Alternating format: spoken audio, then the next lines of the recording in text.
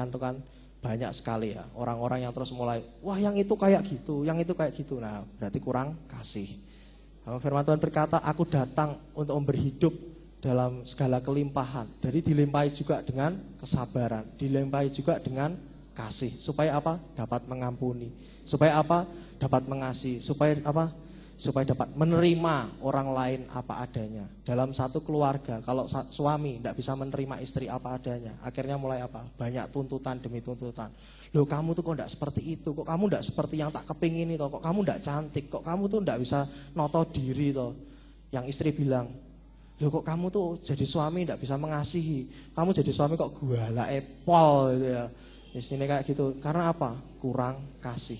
Maka firman Tuhan berkata dalam Matius 6 ayat 33, carilah kerajaan surga dan segala kebenarannya, maka segalanya ditambahkan kepadamu. Kalau ditambahkan artinya saudara dilimpahi. Bukan cuma dilimpahi secara keuangan, materi, itu adalah bonus. Ya, berkat Tuhan secara finansial bonus. Berkat Tuhan secara materi itu bonus. Kenapa? Karena orang maju saja diutus oleh malaikat, diutus oleh Tuhan untuk memberi berkat persembahan emas, perak, emas, kemenyan dan mur kepada Maria dan Yusuf, kepada bayi Yesus. Itu bonus. Ya, tidak ada yang nyuruh, tapi semua digerakkan oleh Tuhan sendiri. Tidak perlu diminta. Yusuf dan Maria kan tidak ada di Alkitab ditulis doanya, ya Tuhan berkatilah aku dengan keuanganku ini. Apalagi aku mau melahirkan sebentar lagi. Tidak ada ceritanya. Tapi semuanya diberikan Tuhan sebagai bonus. Tapi satu hal yang pasti apa? Belajar untuk diproses. Belajar bayar harga. Karena kalau kita tidak mau bayar harga, jangan pernah bermimpi untuk terima penggenapan janji Tuhan. Nah, bagaimana kita bisa menerima janji Tuhan ini secara utuh? Nah, ini yang penting saudara. Kita belajar apa yang membuat Daud dapat menerima janji Tuhan ini. Kalau saudara pelajari dalam terjemahan bahasa Inggris, dikatakan Tuhan telah menemukan orang yang berkenan. Kata orang yang berkenan itu ditulis the man after his own heart. The man after God's own heart. Orang yang hatinya selalu tertuju kepada hatinya Bapa. Orang yang hatinya selalu tertuju pada hatinya Allah. Orang hatinya selalu mengejar akan hatinya Allah. Nah, orang yang hatinya tertuju kepada hatinya Tuhan, orang yang hatinya tertuju kepada hatinya seseorang, itu tandanya apa saudara? Cinta. Nah, ini ibunya benar. Pernah muda ya bu, pernah jatuh cinta juga ya. Janganlah engkau kehilangan kasihmu yang mula-mula kepada Allah. Orang bisa melayani, orang bisa melayani dengan urapan, orang bisa melayani dengan kuasa, tapi tanpa kasih yang mula-mula, firman Tuhan berkata, aku tidak mengenal engkau, enyahlah engkau, hai pembuat kejahatan. Kenapa? Orang boleh berkata, aku sudah tumpang tangan atas namamu Tuhan, aku mengusir setan-setan demi namamu, aku sudah bernubuat melakukan ini dan itu segala macam demi namamu Tuhan. Tapi firman Tuhan berkata, ketika kasih menjadi dingin, dan firman Tuhan sudah berkata, menjelang akhir zaman, kasih kebanyakan orang akan menjadi dingin. Ketika kasih menjadi dingin, firman Tuhan berkata, ingatlah betapa dalamnya engkau sudah jatuh. Engkau mulai merasa ketika engkau datang ke gereja rasanya biasa-biasa saja. Pujian penyembahannya biasa-biasa saja. Khotbahnya biasa-biasa saja. Hati-hati. Jangan-jangan kasihmu kepada Allah sudah mulai dingin, sudah mulai hilang. Cintamu yang mula-mula kepada Tuhan sudah mulai hilang. Dan kalau cintamu yang mula-mula, yang harus engkau bayarkan kepada Tuhan, sudah hilang, jangan pernah berharap untuk menerima penggenapan janji Tuhan. Karena itu berarti engkau sudah jatuh. Tapi belajar dari Daud. Daud cintanya luar biasa kepada Tuhan. Karena itu firman Tuhan berkata, Daud menulis dalam kitab Mazmur, cintaku kepada rumahmu itu menghanguskan aku. Cinta kalau yang sampai membakar, menggelora, itu cinta yang mula-mula. Karena itu malam hari ini kalau saudara mulai merasa gairahmu, kerinduanmu untuk kenal Tuhan secara pribadi, untuk engkau mulai berdoa 1 jam tiap hari, untuk engkau mulai berdoa tiap pagi sebelum engkau memulai aktivitasmu, sudah mulai hilang gairahnya. Hati-hati, mulai bertobat.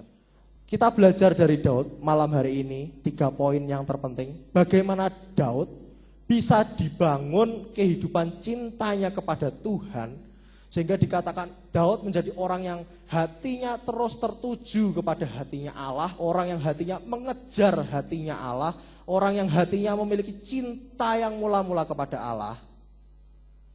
Malam hari ini kita belajar supaya kita pun ngerti poin-poin kunci, supaya saudara ngerti bagaimana saudara harus hidup dalam bayar harga, supaya saudara menikmati perjanjian Tuhan dengan utuh.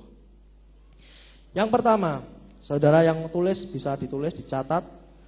Daud terbiasa hidup dalam keintiman dengan Tuhan. Nah, saudara ini jadi anak Tuhan, sudah ngerti isi hatinya Tuhan atau belum gitu loh. Saudara sudah puluhan tahun, mungkin yang sudah 40 tahun, 30 tahun jadi anak Tuhan, 20 tahun jadi anak Tuhan.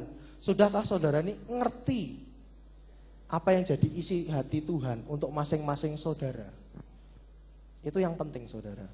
Karena sebenarnya begini, yang saya sampaikan malam hari ini, Tuhan berkata bukan cuma untuk sekedar Natal, tapi menyambut masuk tahun 2009, anak-anak Tuhan kalau tidak hidup dalam perjanjian dengan Tuhan, banyak kekecewaan, banyak yang bakal jatuh, banyak yang akan goncang.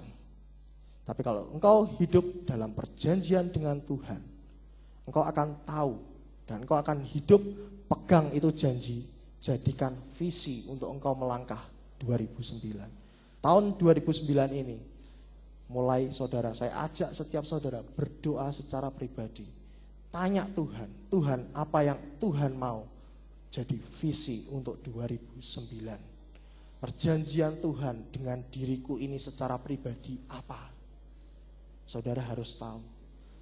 Tahun baru tanggal 31 Desember kurang beberapa hari lagi. Saudara harus mulai berdoa. Jangan doanya 31 Desember pukul 00.00 ganti masuk tanggal 1 Januari tahun baru, saudara jam 10 malam baru doa. Telat. Masih ada beberapa hari dari sekarang doa. Tanya Tuhan. Belajar peka dengar suara Tuhan. Daud sejak kecil belajar hidup bergaul karib dengan Tuhan. Kalau saudara pelajari di Alkitab, Daud pada waktu masa muda dia terbiasa menggembalakan kambing domba. Daud memuji Tuhan, dia belajar menyembah Tuhan, hidup bergaul karib. Dan kalau saudara pelajari, Daud itu dikenal sebagai pemazmur yang ahli memainkan kecapi.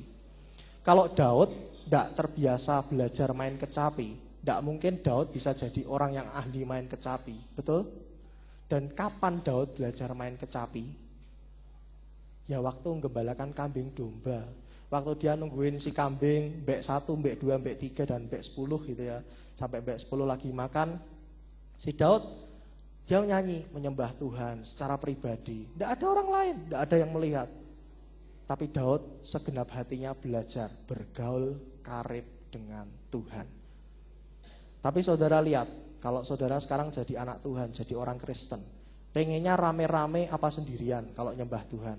Kalau ke gereja, kalau datang doa, persekutuan doa, kalau datang doa malam, pengennya rame-rame apa doa pribadi di rumah?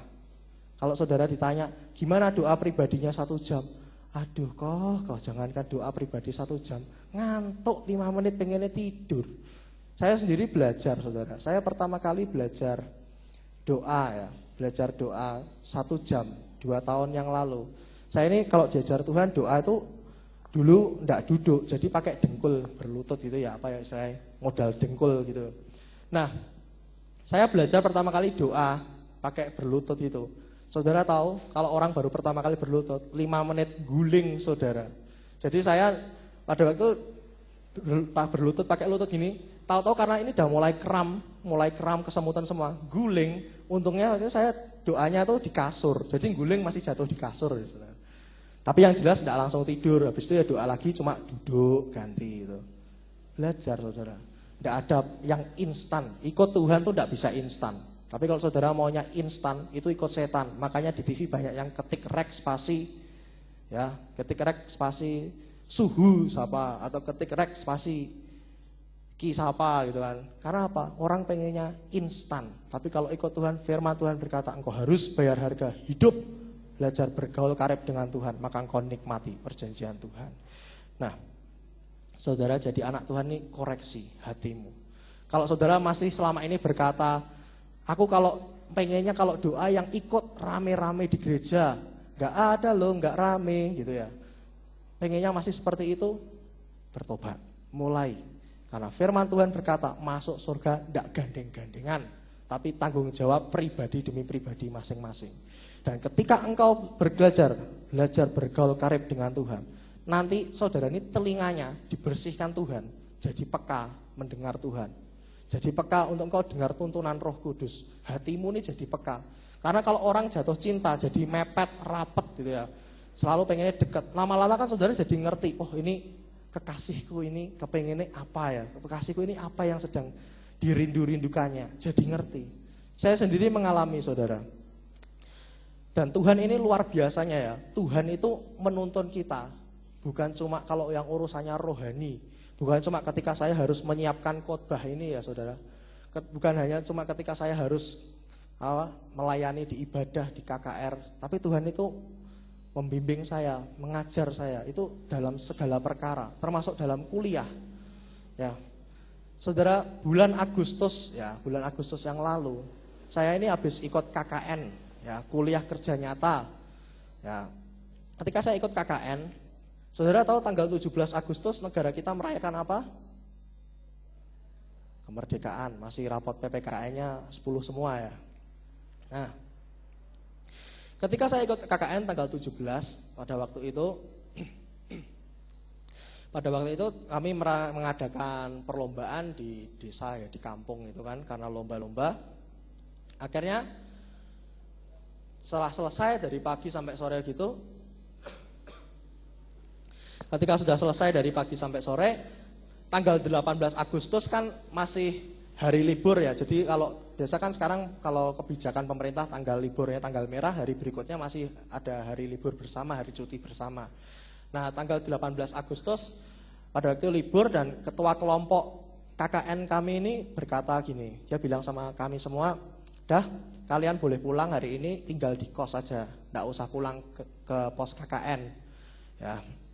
Pada waktu itu akhirnya namanya juga anak mahasiswa ya, anak mahasiswa dari kota dikirim ke desa, sudah rasanya itu menderita, apalagi tersiksa gitu ya. Di sana tuh udah enggak ada TV gitu ya, enggak ada, kalau listrik itu udah malam jalan gelap semua, disuruh pulang ke kos. Wah, senangnya luar biasa gitu ya. Ketika kami pulang tanggal 18, wah saya menikmati hari itu, saya jalan-jalan ke mall, saya pergi nonton di 21 gitu ya. Setelah itu kami senang-senang lah pokoknya hari itu 18 Agustus.